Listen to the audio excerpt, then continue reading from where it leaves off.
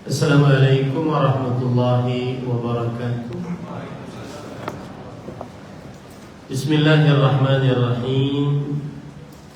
Innal hamdalillah nahmaduhu wa nasta'inuhu wa nastaghfiruh wa na'udzu billahi min shururi anfusina wa sayyiati a'malina. Man yahdihillahu fala mudilla lahu wa man yudlil fala hadiya lahu. وأشهد أن لا إله إلا الله وحده لا شريك له وأشهد أن محمدا عبده ورسوله يا أيها الذين آمنوا اتقوا الله حق تقاته ولا تموتن إلا وأنتم مسلمون يا أيها الناس اتقوا ربكم الذي خلقكم من نفس واحدة وخلق منها زوجها وبث منهما رجالا كثيرا ونساء واتقوا الله الذي تساءلون به والأرحام إن الله كان عليكم رقيبا يا أيها الذين آمنوا اتقوا الله وقولوا قولا سديدا يصلح لكم أعمالكم ويغفر لكم ذنوبكم ومن يطع الله ورسوله فقد فاز فوزا عظيما أما بعد فإن أصدق الحديث كتاب الله وأحسن الهدي هدي محمد صلى الله عليه وعلى آله وسلم وشر الأمور محدثاتها وكل محدثة بدعة وكل بدعة ضلالة wa kulla dhalalatin finnar. Alhamdulillah, kita bersyukur pada Allah Subhanahu wa taala pada hari ini, hari Kamis siang 22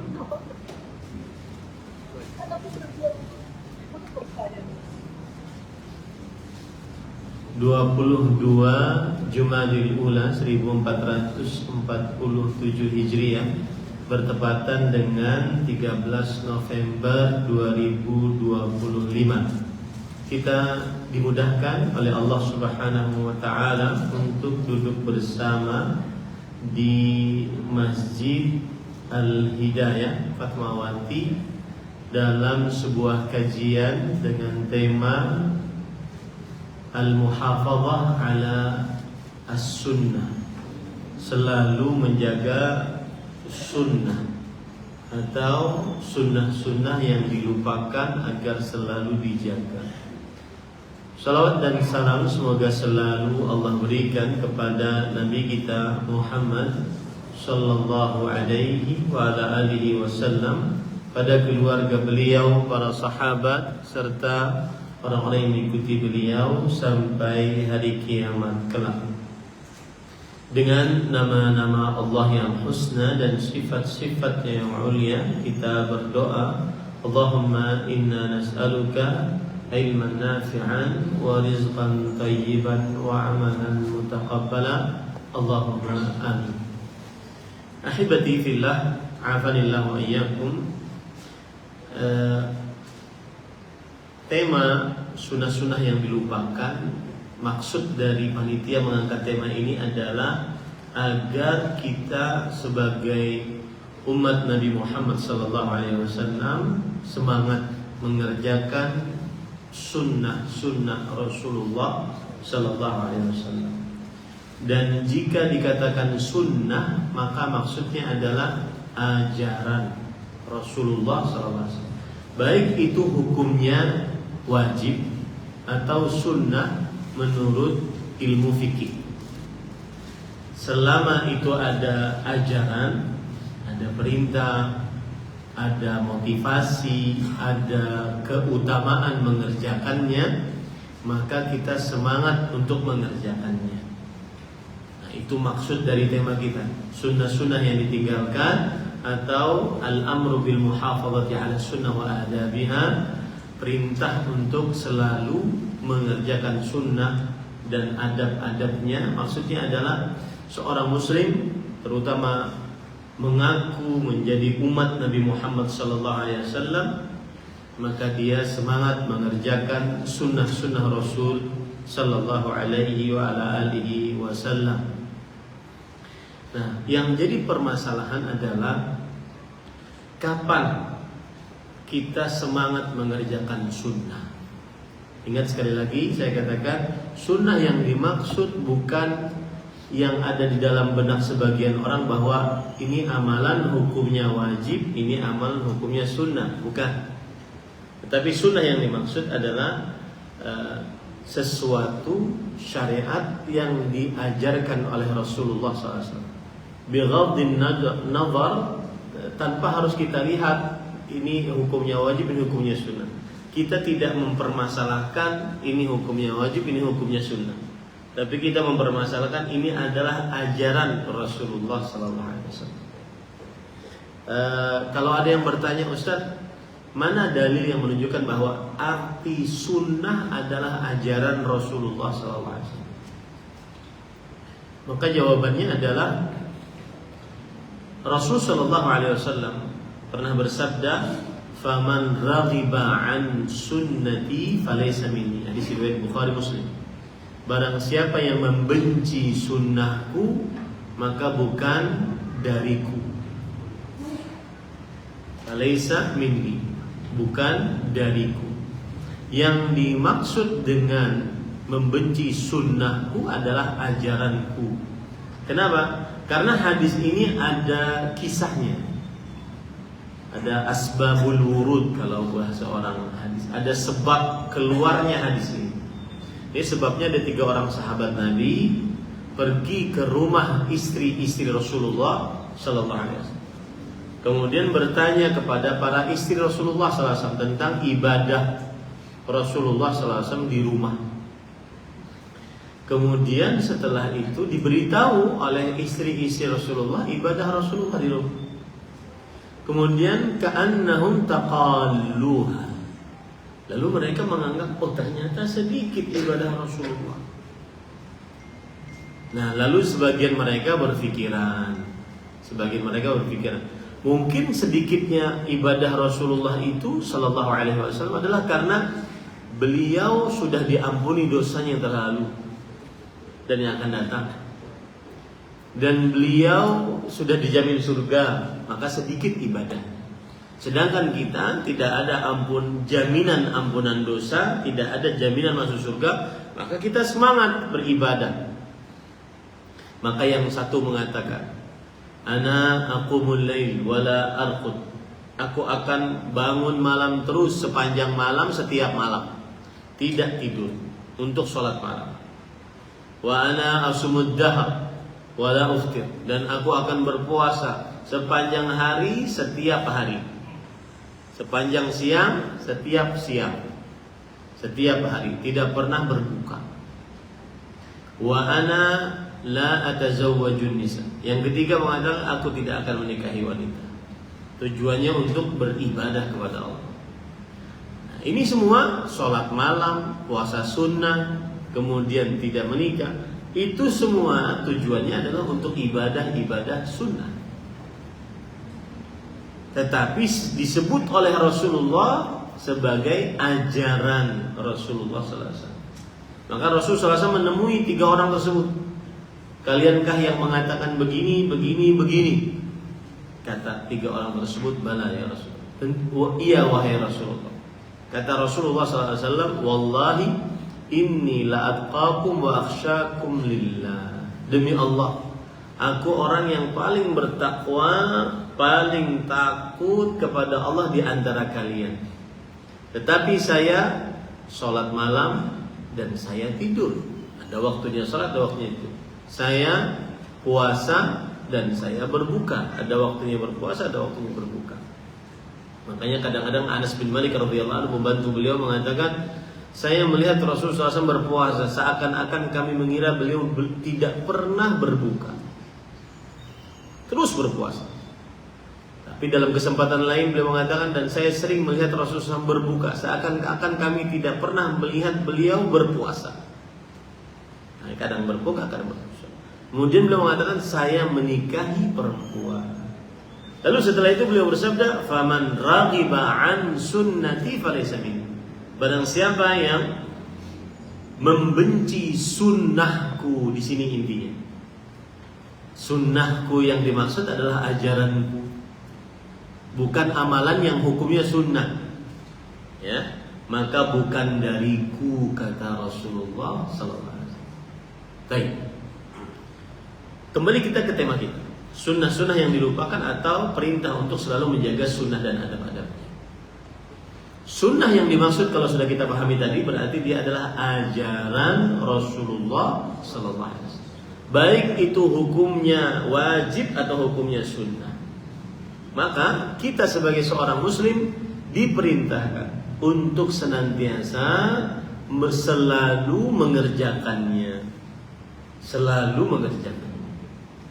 Yang wajib, yang sunnah, yang hukumnya sunnah saja tidak wajib dikerjakan, apalagi yang wajib. Nah, ini sesuatu yang dituntut oleh syariat kepada muslim kita semua. Kita semua ini diharapkan oleh syariat Islam, oleh Allah, kemudian oleh Rasulullah SAW untuk mengerjakan sunnah-sunnah tersebut. Nah, timbul pemikiran, mengapa, saya ingin interaktif dengan Bapak Ibu ya, mengapa orang tidak semangat mengerjakan sunnah? Dia bisa jawab? Itu yang jawaban paling utama. Ya, saya disodorin ini oleh panitia. Ustaz tadi sebutkan nih doa-doa wudu 1, wudu 2, doa masuk masjid, memakai sendal, memakai baju dan seterusnya.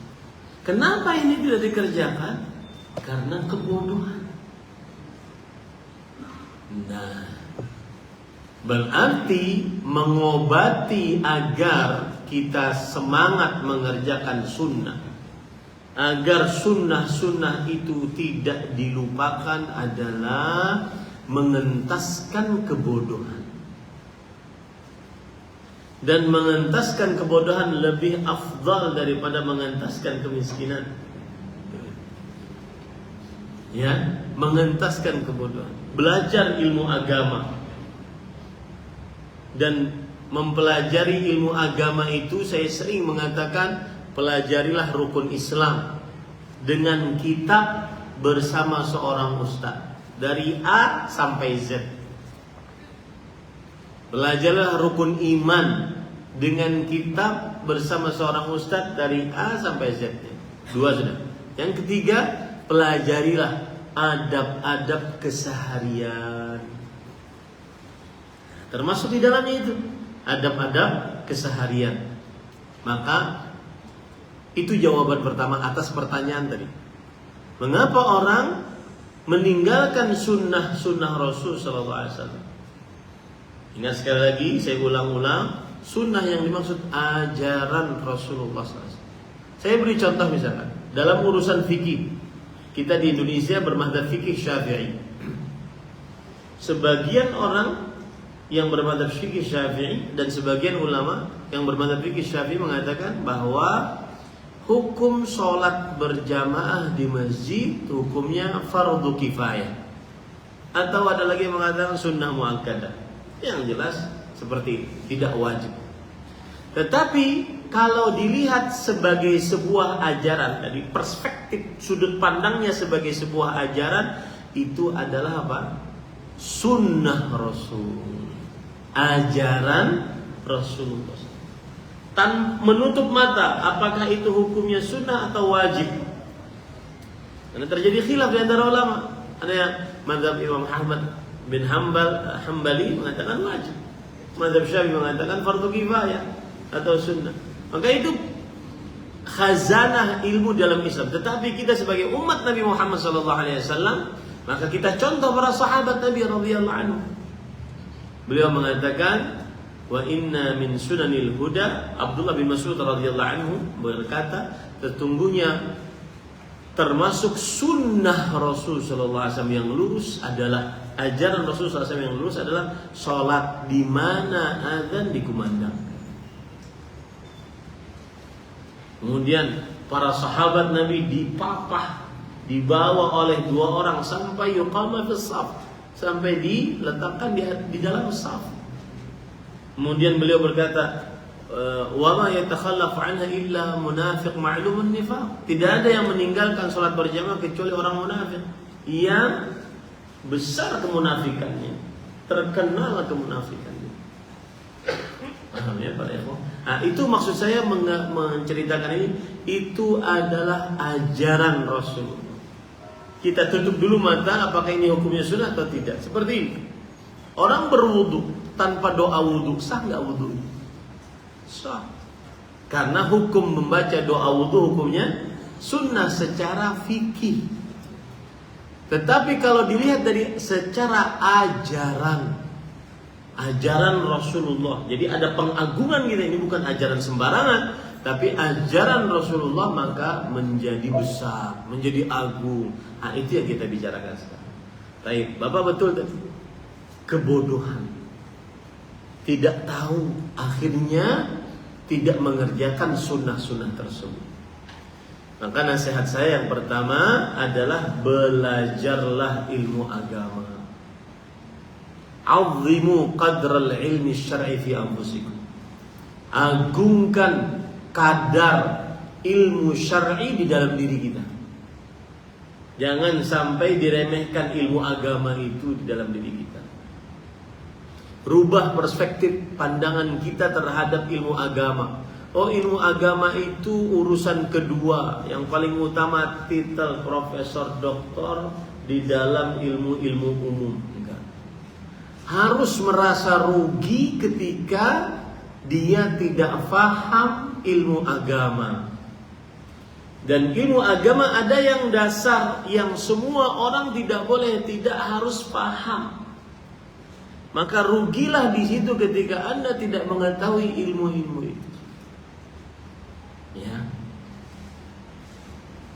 Saya baru beberapa hari yang lalu memotivasi santri saya katakan, karena sekarang sebagian santri sudah mulai SMP sudah selesai saya. Habis itu mau ke umum, mau ke mekanik, teknik, IPA, IPS dan seterusnya. Kalau semua santri kita yang belajar ilmu agama dari mulai semenjak dini itu berpikiran seperti itu, lalu yang gantiin siapa? Yang mau ngajar umat siapa? Apalagi dengan dalih sebagian orang tua mengatakan kan tidak semua orang harus jadi ustaz. Ya. Maka ijma' para ulama, ilmu paling afdal adalah ilmu agama. Ilmu agama. Jangan mau jadi keluarga yang awam tentang ilmu agama. Meskipun bapak ibu bukan anak pesantren, bukan keluarga yang anaknya nyantri, turunan pesantren, enggak, tapi saya harus paham ilmu agama. Begitu caranya.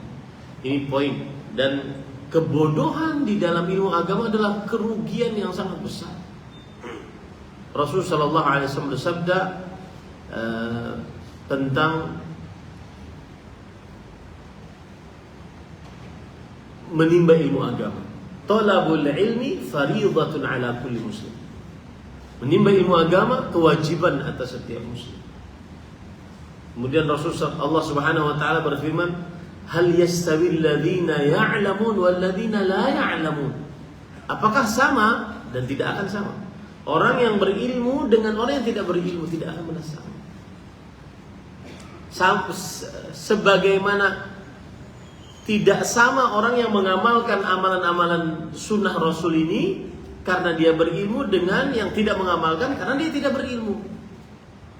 Jadi semangat Pak, Bapak Ibu, ya, meskipun di waktu-waktu yang mungkin kita sudah menua 40-an ke atas, maka semangatlah belajar ilmu agama. Harus dibayar tuh umur kita yang sudah lama kita tinggalkan, harus kita bayar dengan menimba ilmu agama di akhir hayat. Ya, bayangkan terutama ya, mohon maaf ini, yang SD, SMP, SMA, kuliah, umum semua, SD-nya negeri, SMP-nya negeri, SMA-nya negeri, hanya secuil, kulit tipis sekali belajar ilmu agama di negeri ini. Ya. Apalagi kuliahnya umum, secuil, setipis sekali di negeri ini.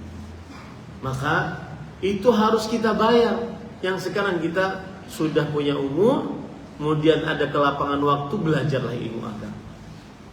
Dan ingat, belajar ilmu agama tidak boleh hanya melalui, bukan tidak boleh, tidak tepat hanya melalui video-video di Instagram Reels, video-video di YouTube Short, ya, atau video-video di TikTok pendek-pendek. Bukan, itu motivasi, video memotivasi.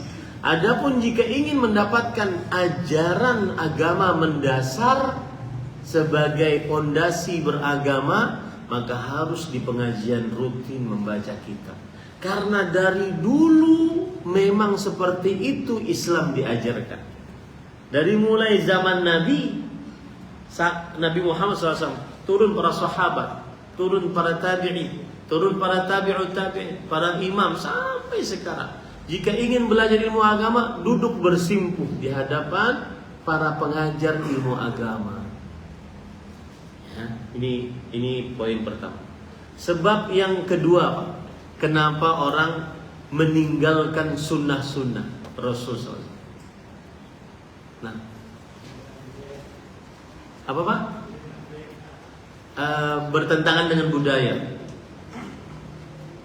Bisa jadi. Kalau boleh saya tambahkan, sebab yang kedua adalah karena tidak tahu keagungan sunnah Rasul. Ini sebab yang kedua. Tidak mengetahui apa manfaat, apa pahala, apa kebaikan yang didapat apabila semangat mengerjakan sunnah. Walau hanya sholat tahiyatul masjid ketika masuk ke dalam masjid. Walau hanya mengucap bismillah dan memakai kaki kanan ketika memakai sendal atau memakai sepatu. Walau hanya dengan memberikan tangan kanan, mengambil tangan kanan. Ya, menurut sebagian orang, terlalu berlebihan tuh. Ya. Kenapa dia demikian? Karena tidak mengetahui pahala yang besar dari seorang yang mengamalkan sunnah Rasul Sallallahu Alaihi Wasallam. Itu sebab yang kedua. Dan saya pernah punya kajian dengan judul hidup dengan sunnah berkaitan dengan kebersihan. Hidup di atas sunnah, sehat hidup di atas sunnah. Sehat hidup di atas sunnah. Orang kalau hidup di atas sunnah, dia akan sehat. Kenapa? Karena Islam agama yang komprehensif, yang sempurna dengan makna kesempurnaan yang hakiki. Sebelum tidur harus ngapain, kemudian bagaimana setelah tidur, ini semua diatur dalam agama Islam. Dan sebuah kekurangan bagi seorang muslim tidak mengetahui hal-hal tersebut. Nah, ini Bapak Ibu saudara-saudari yang dimuliakan oleh Allah Subhanahu wa ta'ala. Baik, itu sebab yang kedua. Sebab yang ketiga, mengapa orang tidak semangat mengerjakan sunnah-sunnah Rasulullah SAW?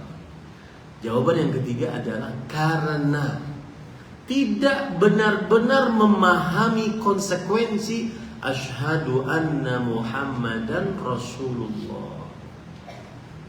Tidak benar-benar memahami konsekuensi saya bersyahadat bahwa Nabi Muhammad SAW adalah Rasulullah SAW.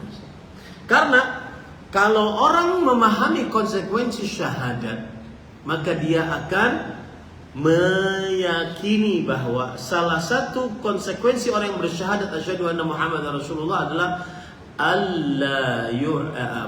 adalah mahabbatur Rasul sallallahu alaihi wasallam.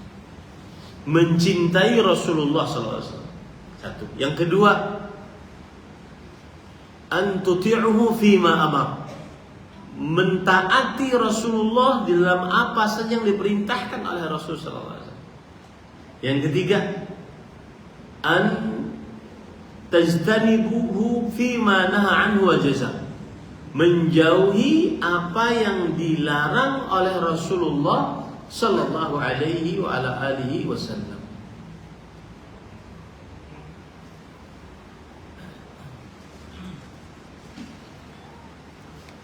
Menjauhi apa yang dilarang oleh Rasulullah sallallahu alaihi wa ala alihi wasallam. Itu konsekuensi orang bersyahadat asyhadu anna Muhammadar Rasulullah. Maka Allah berfirman dalam Al-Quran dalam surah Al-Hasyr ayat 7, "Wa ma ataakumur rasulu fakhudhu." Yang artinya, apa saja yang dibawa oleh Rasulullah SAW kepada kalian, ambillah. Ambillah. Dan kaitkan dengan yang kedua tadi. Apa saja yang disyariatkan oleh Rasulullah, disunahkan oleh Rasulullah, pasti ada manfaatnya. Dunia sebelum akhirat. Harus yakini itu, Pak. Ya, dunia sebelum akhirat. Contoh misalkan,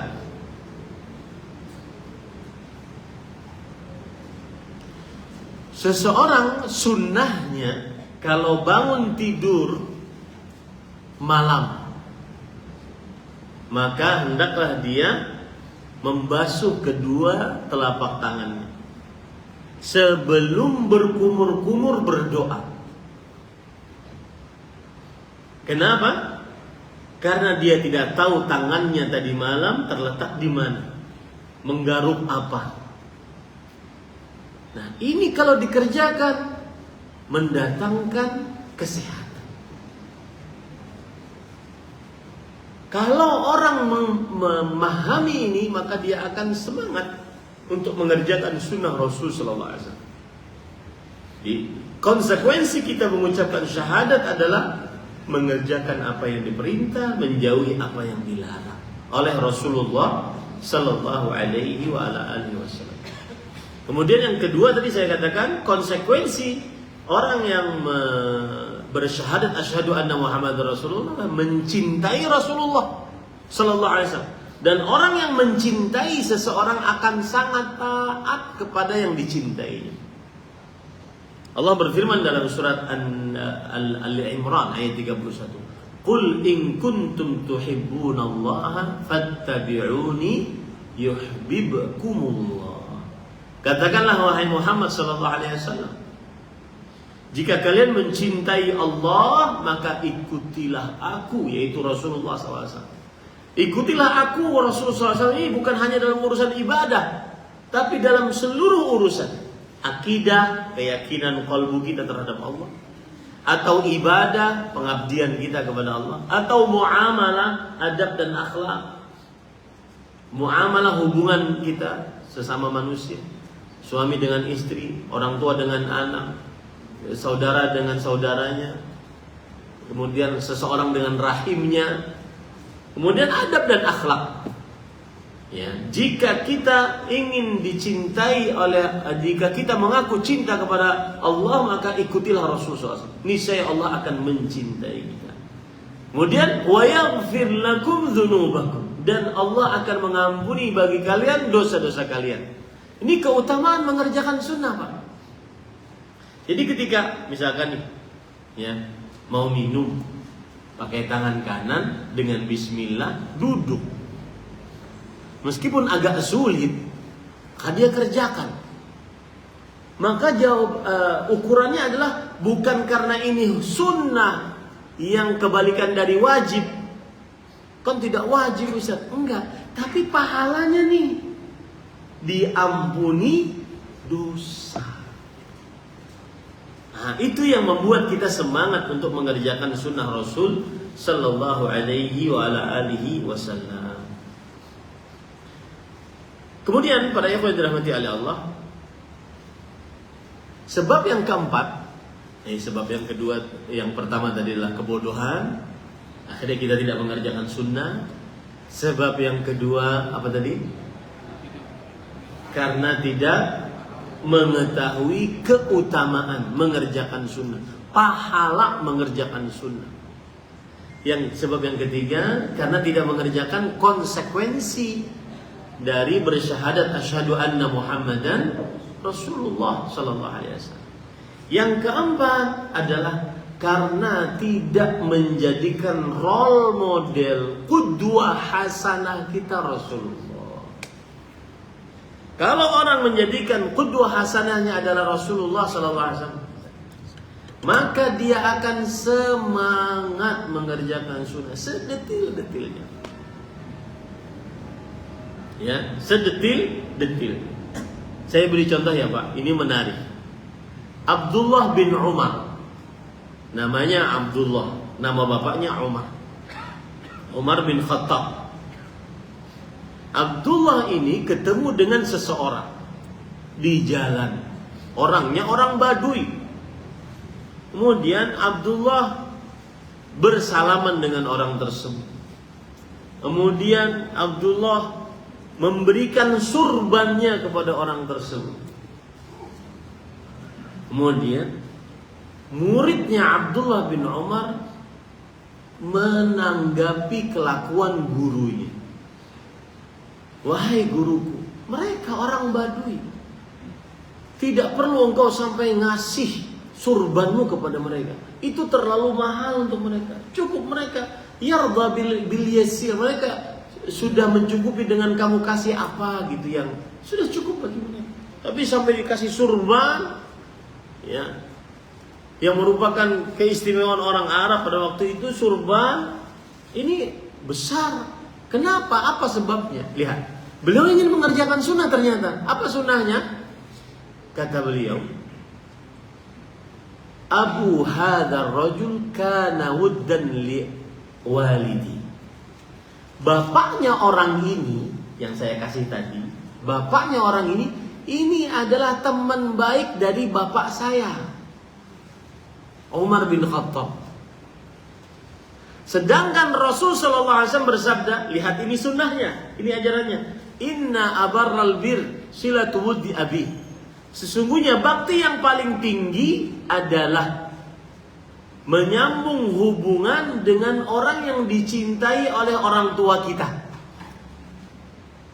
Makanya saya pesan nih, ajari Pak anak-anak kita itu kepada anak-anak kita bahwa, nak, ini teman bapak nak, ini bestie bapak nak.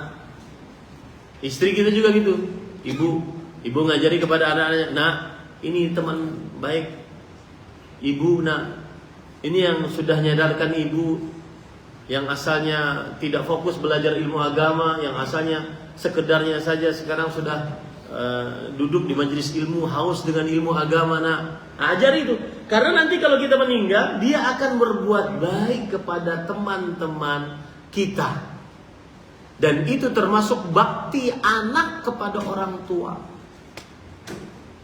Nah, Abdullah bin Umar ingin mengerjakan itu, dan itu adalah sunnah Rasul.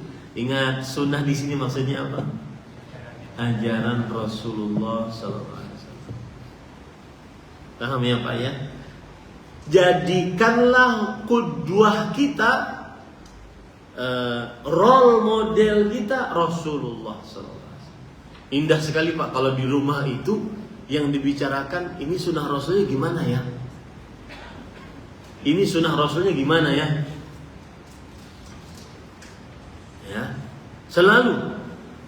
Karena itulah salah satu hikmah Allah menjadikan Rasulullah dari manusia, agar bisa beraktivitas sebagaimana manusia. Makanya Allah berfirman, "Qul innama ana basyarum mitslukum." Aku adalah manusia seperti kalian. Cuma bedanya aku diberi wahyu.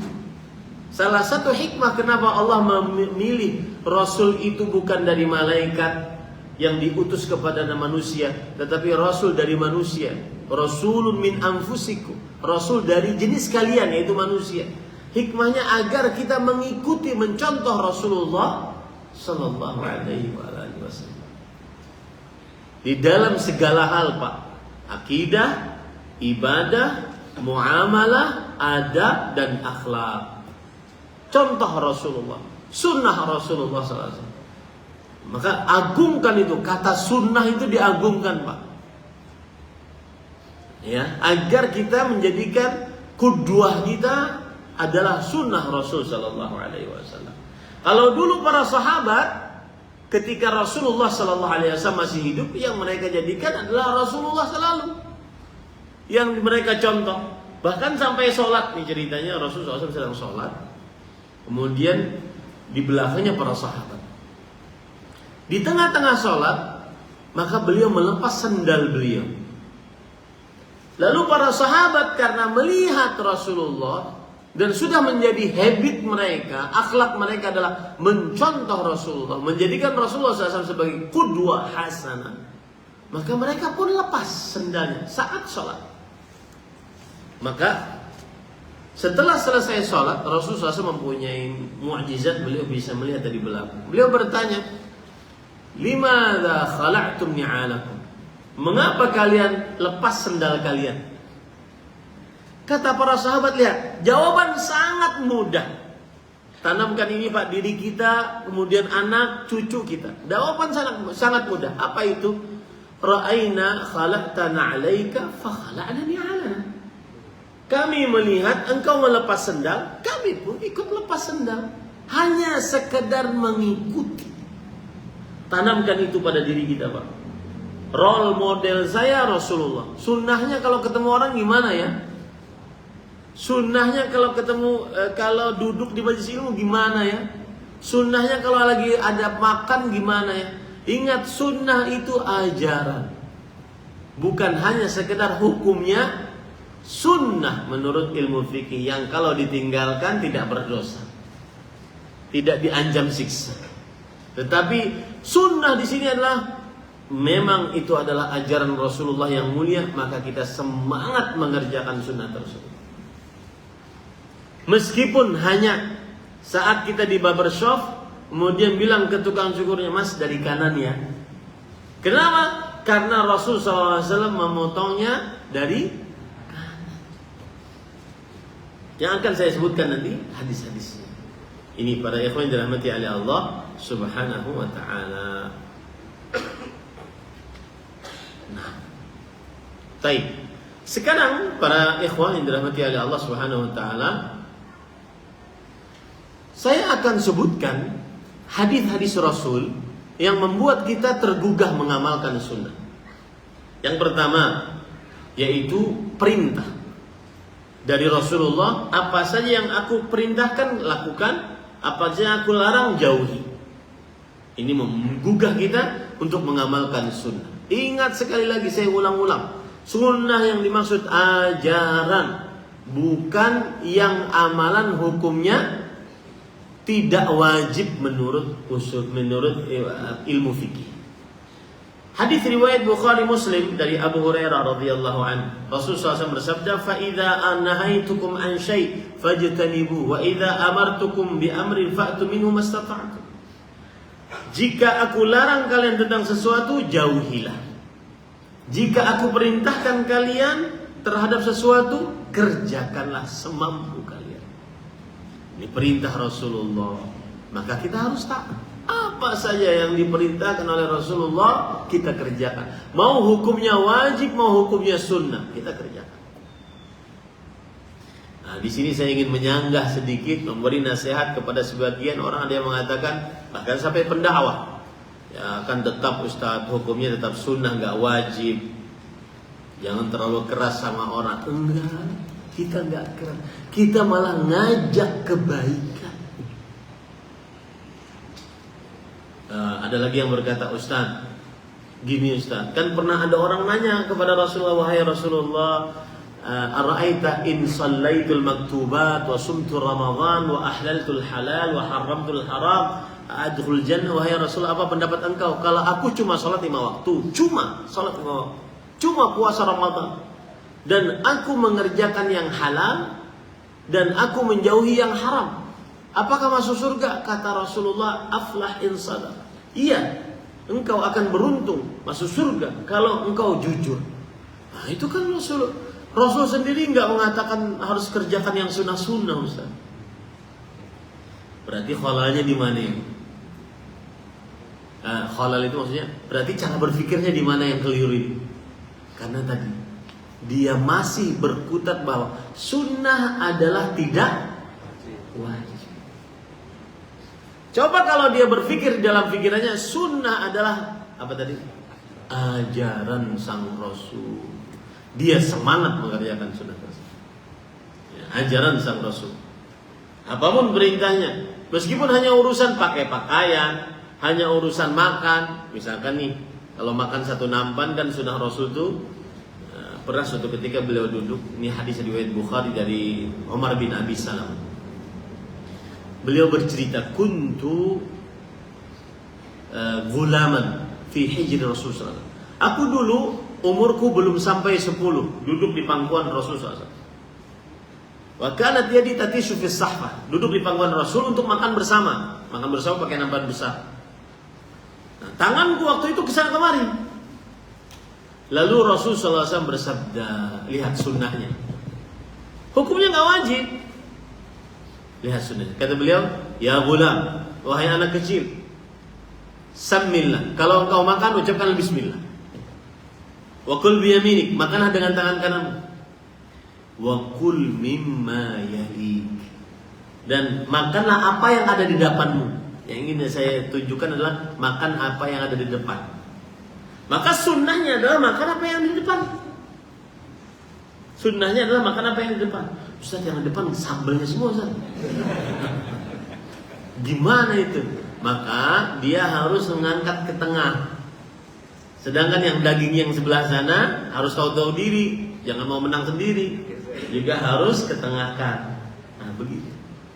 Nah, itu adab sunnah, tidak wajib. Tapi kalau dikerjakan datang berkah. Nah, ini contoh-contoh. Apa saja yang diperintah Rasul SAW kerjakanlah. Seperti misalkan kita kalau lagi makan, disunahkan makan itu dari samping. Samping. Ya. Jangan langsung nyaplok dari tengah. Kenapa? Karena mungkin keberkahannya ada di tengah. Kalau antum caplok di tengahnya, habis berkah itu makanan. Kalau ada di samping, maka langsung berkahnya turun ke bawah. Nah, ini nanti kalau ada yang Ustaz tim mana? Bubur diaduk atau enggak? Nanti saya akan jawab apa hubungannya dengan sunnah tadi. Karena kan berkahnya di tengah. Kalau diaduk berarti lewat dong. Nah, seperti itu para ikhwan yang dirahmati oleh Allah Subhanahu wa taala. Baik. Hadis yang lain yaitu Rasulullah SAW bersabda, ini juga perintah tentang mengerjakan sunnah. Fa'alaikum bisunnati. Hendaknya kalian berpegang teguh kepada sunnahku. Wa sunnatil khulafa'ir rasyidin al-mahdiyyin, dan sunnah para khalifah yang baik dan diberi petunjuk, yaitu Abu Bakar, Umar, Utsman, Ali.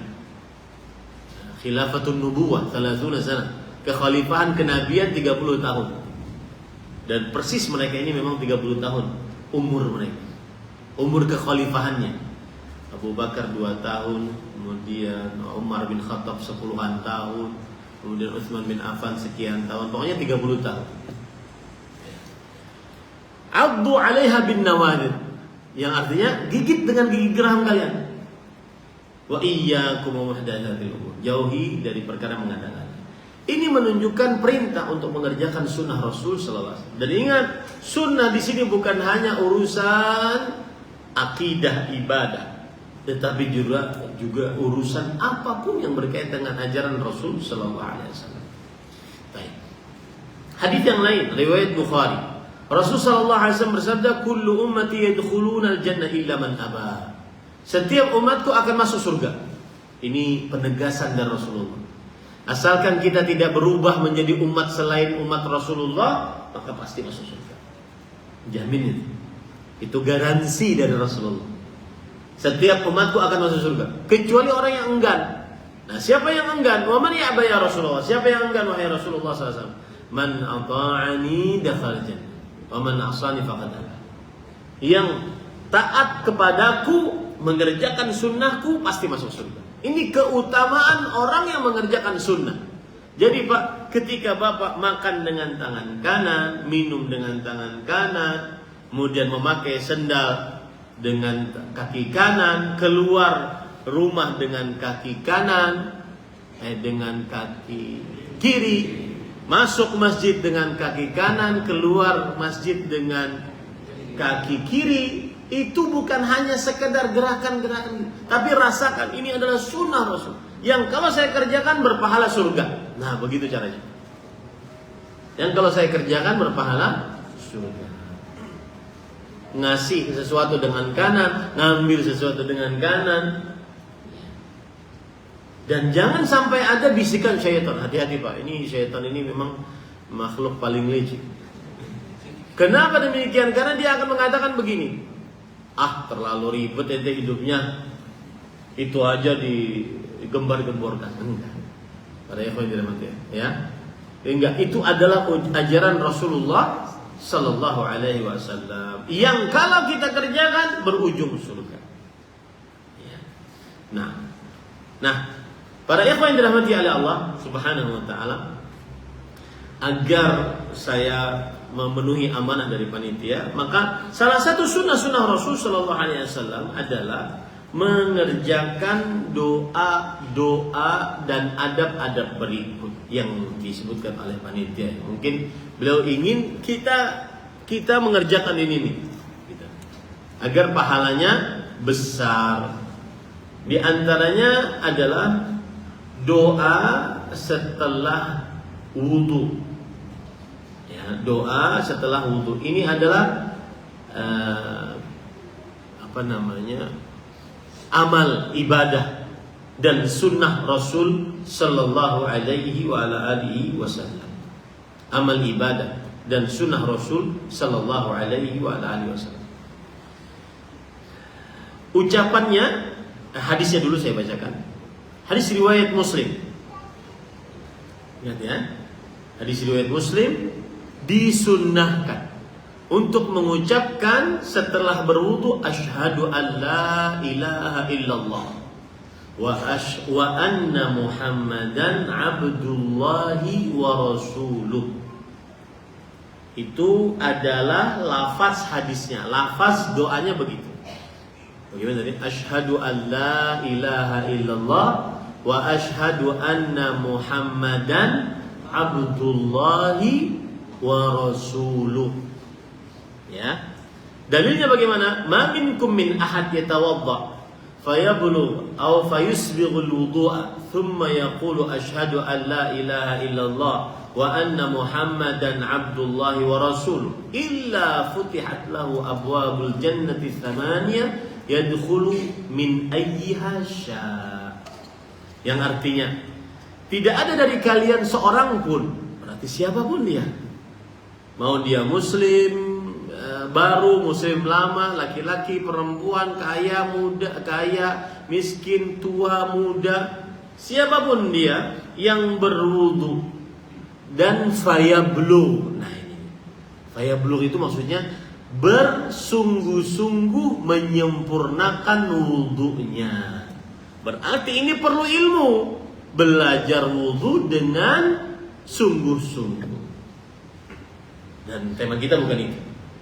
Lalu kemudian dia mengucapkan asyhadu an la ilaha illallah wa asyhadu anna Muhammadan abdullahi wa rasuluh, melainkan dibukakan untuknya pintu surga yang 8. Dipersilahkan dia masuk dari mana saja dia inginkan. Allah.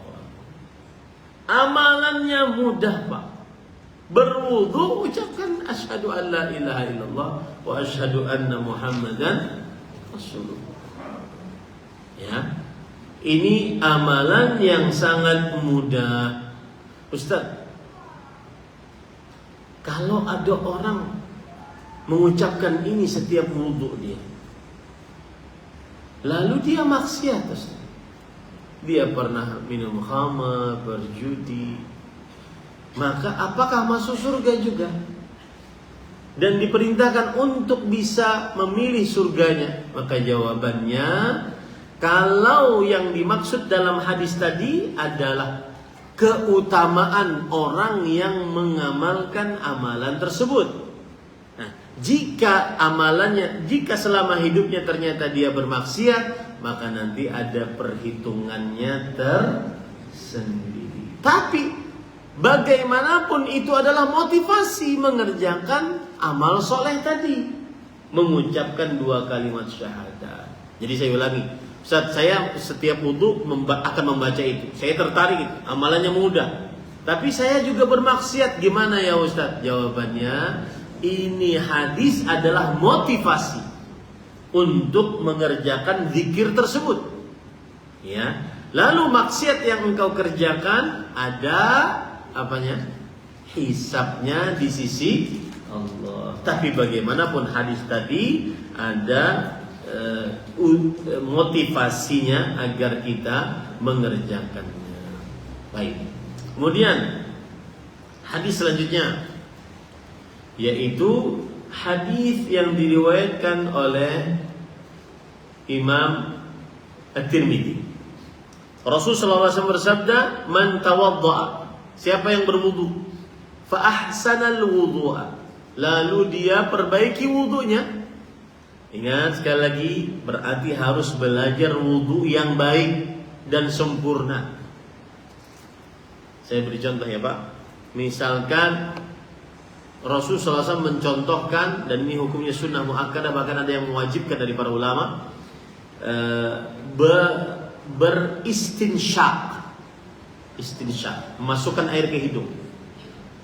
Istinthar, mengeluarkan air dari hidung. Kemudian berkumur-kumur. Di dalam hadis yang lain bahwa istinsyak-nya itu harus dengan sungguh-sungguh. Jadi benar-benar memasukkan.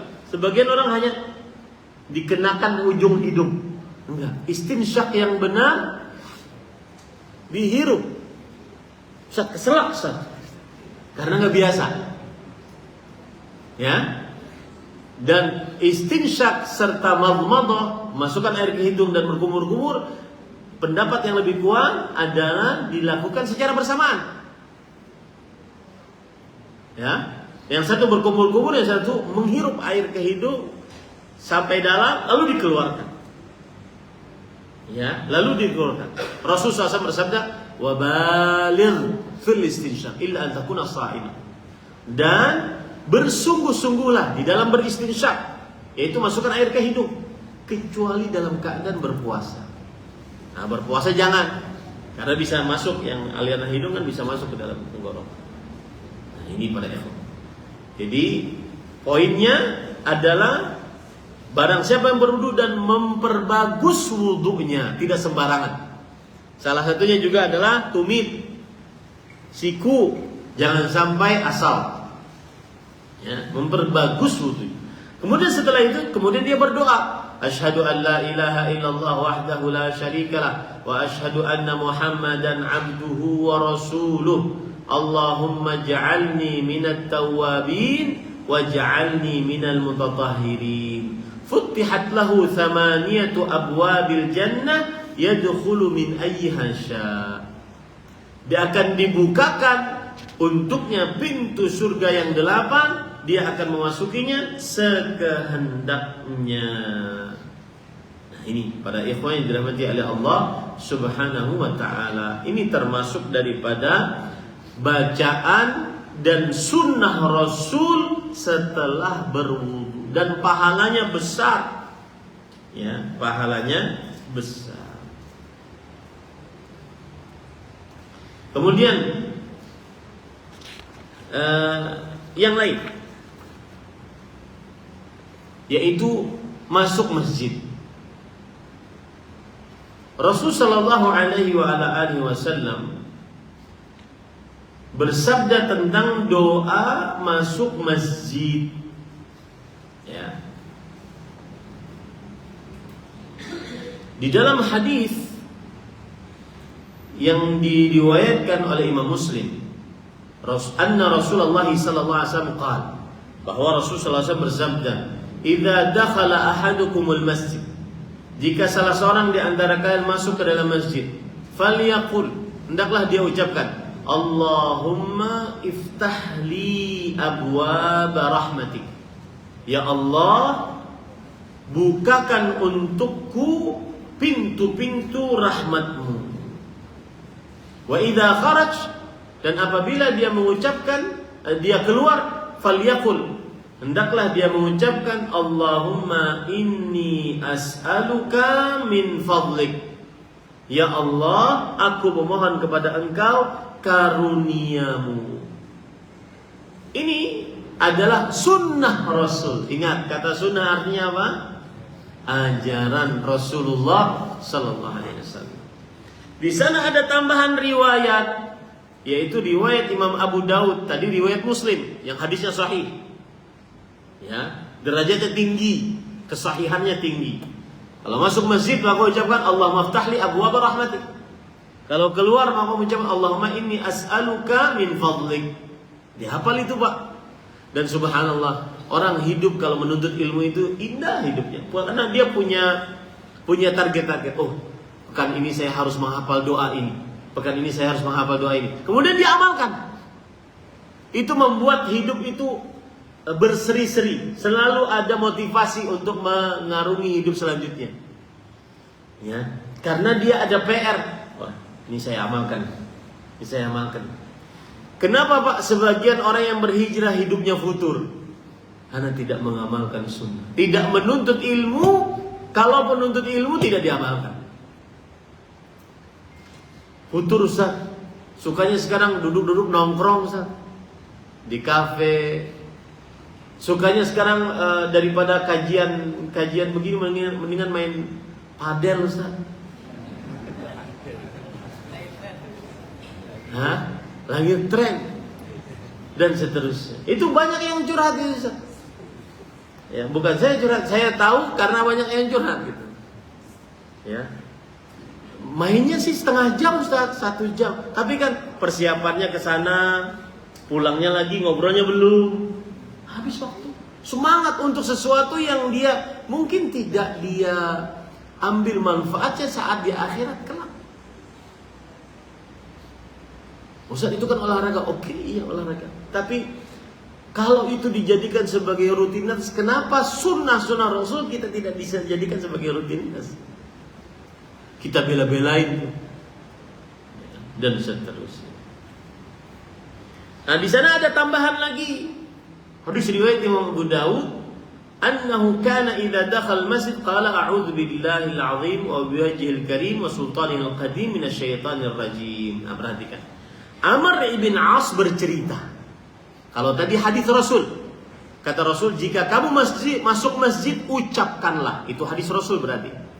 Ucapkanlah Allahumma ftahli abwaab rahmat. Jika kamu keluar ucapkanlah Allahumma inni as'aluka min fadlik.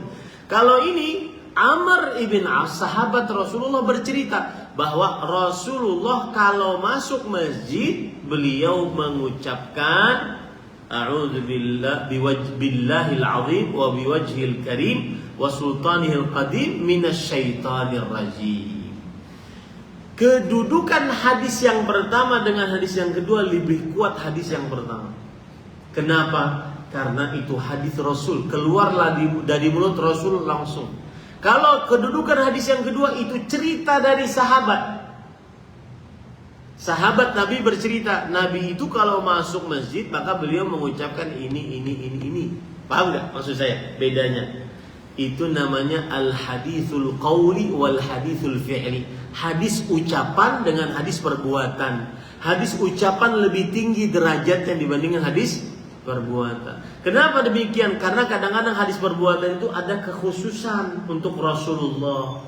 Tapi kalau hadis ucapan umum untuk seluruh umat Islam karena diucapkan oleh Rasulullah sallallahu alaihi wasallam. Kecuali yang beliau katakan ini khusus untukku. Paham ya? Apa tadi bedanya? Apa istilahnya? Hadis qauli ucapan dengan hadis fi'li perbuatan. Mana yang lebih kuat? Qauli. Kenapa? Karena untuk umum, ya, untuk umum langsung keluar dari mulut Rasulullah. Kenapa hadis fi'li lebih rendah? Karena mungkin ada kemungkinan apa? Kekhususan milik Rasulullah sallallahu alaihi wa ala alihi wasallam. Nah ini para ikhwan yang dirahmati oleh Allah Subhanahu wa taala. Taib.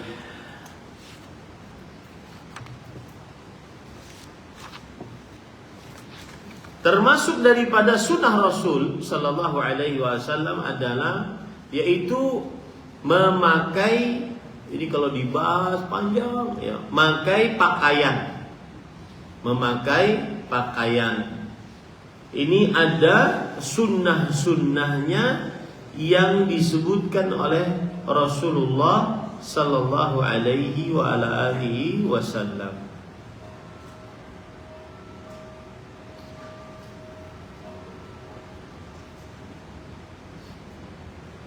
Di antara sunnah Rasul sallallahu alaihi wasallam adalah memakai membaca doa ketika memakai pakaian.